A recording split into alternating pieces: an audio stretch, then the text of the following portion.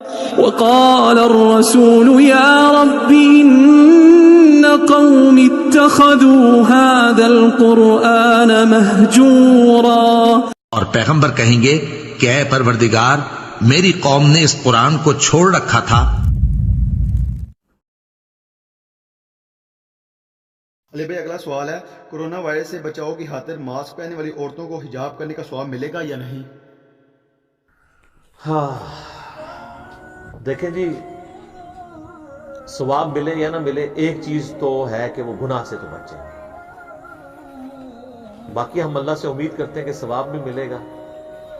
اگرچہ ایک حدیث ہے جو اس ڈاکٹرن کو سپورٹ نہیں کرتی، اور وہ حدیث ہے بخاری کی پہلی حدیث جو صحیح مسلم میں بھی ہے، مشکات میں بھی پہلی حدیث وہی ہے جو آپ اکثر آدھی سنتے ہیں، انما الاعمال بالنیات. اعمال کا دار و مدار نیتوں پر ہے، اور یہاں اعمال سے مراد نیک اعمال. برا عمل کیا چاہے اچھی نیت سے کیا یا بری سے، وہ گناہ ہے. اس کے سپورٹ میں اسی حدیث میں آگے الفاظ ہیں کہ جس شخص نے اللہ اور اس کے رسول کے لیے ہجرت کی، اس کی ہجرت اللہ اور اس کے رسول عز و جل و صلی اللہ علیہ وآلہ وسلم کے لیے لکھی جائے گی. اور جس نے کسی عورت سے نکاح کی غرض سے ہجرت کی تو اس کی وہ ہجرت اس عورت کے لیے لکھی جائے گی. گناہ تو نہیں ہوگا، ظاہر نکاح کرنا گناہ تو نہیں ہے، لیکن وہ اس ایکسٹرا آرڈنری ہجرت کے ثواب سے محروم ہو جائے گا. تو اس کے تحت تو جب آپ اپنی دنیاوی منفعت کی خاطر کوئی کام کر رہے ہوتے ہیں تو ظاہر ہے کہ اس میں پھر یہ خطرہ ہوتا ہے کہ وہ پیورلی اللہ کے لیے نہیں ہو رہا ہوتا. تو اس حدیث کے تحت دیکھا جائے تو ظاہر ہے کہ وہ پھر شاید اس طرح کا ایکسٹراڈنری ثواب نہ ملے.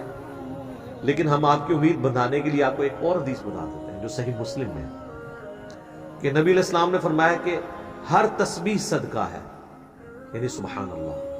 ہر تحمید صدقہ ہے، یعنی الحمدللہ. ہر تحلیل صدقہ ہے، یعنی لا الہ الا اللہ کہنا. امر بالمعروف و نہی عن المنکر، نیکی کا حکم دینا اور برائی سے روکنا بھی صدقہ ہے. حتیٰ کہ تمہارا اپنی بیویوں سے تعلق قائم کرنا بھی صدقہ ہے. یہ صدقہ پنجابی والا نہیں، عربی والا، یعنی نیکی کا کام ہے. تو صحابہ نے کہا کہ یا رسول اللہ یہ بیویوں سے ازدواجی تعلق قائم کرنا بھی ثواب کا کام ہے. آپ نے فرمایا اگر یہی عمل تم حرام طریقے سے کرو تو کیا تمہیں گناہ ہوگا؟ کہا ہوگا یا رسول اللہ. تو آپ نے فرمایا تمہیں اس سے ثواب بھی ہوگا. تو اس سے یہ بات پتہ چلی کہ اگر کوئی کام ایسا ہے جس سے الٹیمیٹلی اللہ کو وہ کام پسند ہے تو آپ نے چاہے اپنی دنیاوی منفعت کے لیے بھی اس کو کر لیا تو ایٹ لیسٹ آپ کو ثواب ملنے کے چانسز ہیں، یا کم از کم آپ گناہ سے تو بچ جائیں گے نا. چہرے کا ڈھانپنا تو ایک مسلمان عورت بالغہ کے لیے فرض ہے، تو وہ اس ڈھانپنے والا جو فرض ہے وہ تو پورا ہو جائے گا نا. اس اعتبار سے کہ آپ اپنے چہرے کو ڈھانپ لیں تو گناہ سے آپ کا مسئلہ بچے. تو میں سمجھتا ہوں یہ ماسک تو بڑی نعمت ہے. اب تو ان عورتوں کو جن کو یہ ڈر لگا رہتا تھا لوگ ہمیں آرتھوڈاکس کہیں گے، تو ان کا ڈر تو ختم ہو گیا. وہ اب میڈیکل ماسک یا دوسرا ماسک کپڑے والا یوز کریں، بلکہ اس سے تو حجاب کرنا بھی آسان ہو گیا. دوسرا ماسک وہ جو حجاب کرتی تھی وہ ان کو بعض کا پن لگانی پڑتی تھی اور بڑا مضبوطی سے باندھنا پڑتا تھا. یہ تو پیارے ماسک ہیں جناب، کانوں میں ایسے پکے فکس ہو جاتے ہیں. یہ تو آپ کا ماسک نیچے گرتا بھی نہیں ہے. اور آپ کو پتہ ہے فرانس میں جب انہوں نے عورتوں کے حجاب پہ پابندی لگائی تو وہاں پہ جو مسلمان عورتیں تھیں، دیکھیں نا جی، جب کسی نے کوئی عمل کرنا ہو تو وہ کر لیتا ہے، ورنہ دل بے ایمان تے اٹھتا ٹیر. جس کا دل بے ایمانی پہ ہو وہ لیم ایکسکیوزز بہت ڈیوائز کرتا ہے. وہاں پہ عورتوں نے میڈیکل ماسک پہننا شروع کر دیے. اب ماسک سے تو کوئی منع نہیں کر سکتا. کورونا کے بعد تو ویسے ہی نہیں اب کسی مسلمان عورت کو یہ حجاب کرنے سے روک سکتے. وہ تو حجاب پکا ہے. اب بلکہ مردوں نے بھی حجاب شروع کر دیے اس کی وجہ سے. تو انشاءاللہ ہم اللہ سے امید کرتے ہیں، اور میں اسلامی بہنوں کو ترغیب دلاؤں گا کہ چاہے اب اپنی جان بچانے کی خاطر ہی آپ یہ کریں، کیونکہ جان بچانا بھی الگ سے بھی ایک ثواب کا کام ہے. کیونکہ قرآن میں ہے نا وَلَا تُلْقُوا بِأَيْدِيكُمْ إِلَى التَّهْلُكَةِ، اپنے ہاتھوں سے اپنے آپ کو تباہی میں مت ڈالو. تو اگر آپ بیماری سے بچنے کے لیے میڈیکل ماسک یوز کرتے ہیں یا پولن الرجی سے بچنے کے لیے اسلام آباد میں لوگ استعمال کرتے ہیں، یا ڈسٹ الرجی اور دھوئیں کی الرجی سے بچنے کے لیے ماسک یوز کیے جاتے ہیں، تو اپنی جان کی حفاظت کرنا خود بھی ایک ثواب کا کام ہے. قرآن میں حکم ہے اس کا کہ اپنی جان کو تباہی سے بچانا ہے. تو پیرلل میں آپ کو حجاب کرنے سے کم از کم اگر آپ کو ثواب نہ ملنے کا ڈر لگا ہوا ہے تو ایٹ لیسٹ گناہ سے تو آپ بچ گئے نا. آپ اس کے اوپر توجہ دیں کہ یہ کتنا سخت یعنی اس کے اوپر وعیدیں ہیں.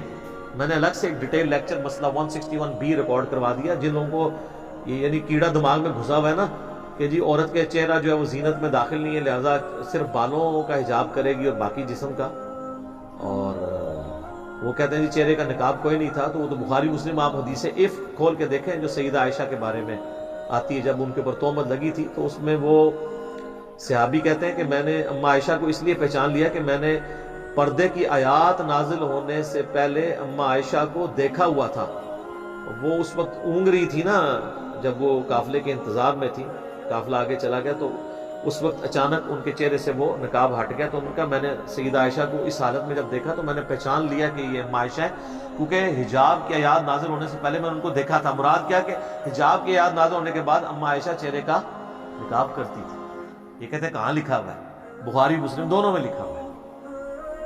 آپ کو کہاں سے ملنا ہے جب آپ نے, اور پھر جن کو یہ بھی مل گیا انہوں نے اگلا جو ہے کہانی کرا دی, نہیں جی امہات المومنین کے لیے تو نقاب ضروری تھا, عام عورتیں نہیں کریں گی. ہاں جی عام عورتیں جو ہیں وہ کسی غیر مسلم کو رول ماڈل بنائیں گی یا امہات المومنین کو بنائیں گی رول ماڈل. اور آج کے دور میں جب کہ اتنا فتنے کا دور ہے اور تصویر کی شکل میں بے حیائی اتنی عام ہو رہی ہے, اس میں تو اجتہاداً بھی اگر علماء یہ کہتے ہیں نا کہ چہرے ڈھانپے جائیں تو کوئی حرج نہیں تھا. اگر آپ کو اس سے چڑھ ہے کہ قرآن و سنت میں نہیں ہے تو یہ جو ہے نا وہ الفتنۃ اکبر من القتل, فتنہ جو ہے وہ قتل سے بھی بڑی چیز ہے. اور اس کو سپورٹو وہ حدیث ہے صحیح بخاری کی, اما عائشہ کہتی ہیں کہ اگر نبی الاسلام میرے زمانے کی عورتوں کا حال دیکھ لیتے تو ان کو مسجد میں نماز پڑھنے پہ پابندی لگا دیتے.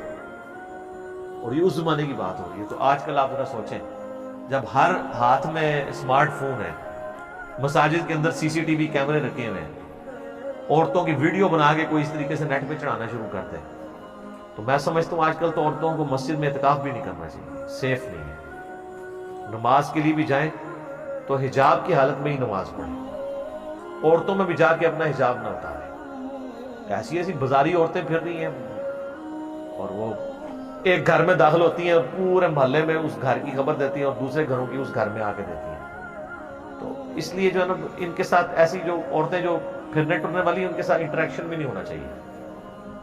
بخاری مسلم میں حدیث ہے, ایک ہجڑا آیا اور وہ ام سلمہ ان کے بھائی بیٹھے ہوئے تھے, نبی الاسلام کی بیوی ام سلمہ, اور وہ کہنے لگا کہ جب طائف فتح ہوگا نا میں وہاں تمہیں ایک عورت دکھاؤں گا کہ جو جب جاتی ہے تو اتنے اس کے پیٹ پہ بال پڑتے ہیں اور جب واپس آتی ہے تو اتنے, کیونکہ عرب کے لوگ موٹی عورتوں کو پسند کرتے تھے.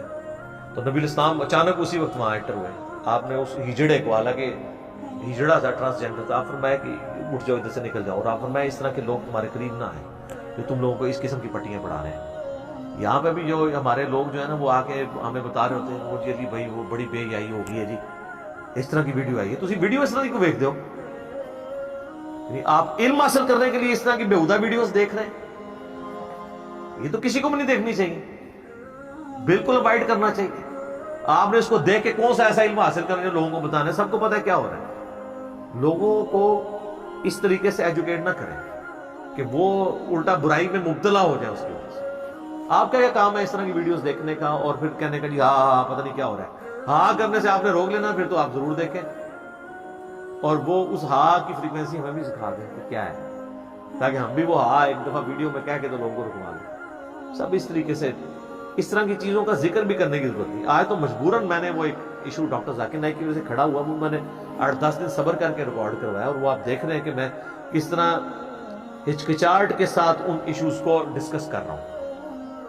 کیونکہ تو وہ جو مکہ شریف میں ایک عالم صاحب بیٹھے ہیں, ان کا خاصہ ہے کہ وہ اس طرح کے بیہودہ سوالات پہلے انوینٹ کرتے ہیں جو ہمارے باوجداد کے دماغ میں بھی نہیں آئے ہوئے, اور پھر ان کے جوابات دیکھ کے تو اسلام کی خدمت کر رہے ہوتے ہیں. لوگ کہتے ہیں نہیں دیکھیں جی وہ کتنے مشکل سوالوں کے جواب دیتے ہیں. وہ سوال خود ہی انہوں نے ایجاد کیے ہوئے ہیں اور وہ سوال کو پریکٹیکل لائف سے تعلق بھی نہیں رکھتے. تو قرآن و حدیث میں تو اس قسم کی باتیں نہیں لکھی ہونی تھی نا کہ آپ کو خود سے پہلے وہ دماغ میں کیڑا داخل کیا جائے اور پھر اس طرح کا نکالنے کی کوشش کی جائے. اس لیے ہماری کوشش ہوتی ہے کہ جو واقعی جینون ایشوز ہوں نا ان کے اوپر بات کی جائے.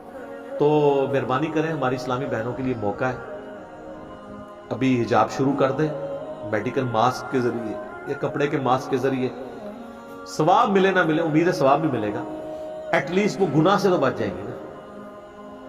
تو یہ کوئی چھوٹی بات ہے کہ وہ گناہ سے بچ گئی۔ اب تو میرا خیال ہے کسی عورت کے پاس کوئی ایکسکیوز نہیں رہا۔ اب جن لوگوں کو یہ ڈر تھا نا کہ لوگ ہمیں آرتھوڈاکس کہیں گے، وہ کالج اور یونیورسٹیز کی بچیاں جو ڈرتی تھی کہ لوگ کہیں گے یہ تو آرتھوڈاکس ہے، ان کے پاس بھی بہانہ ختم ہو گیا۔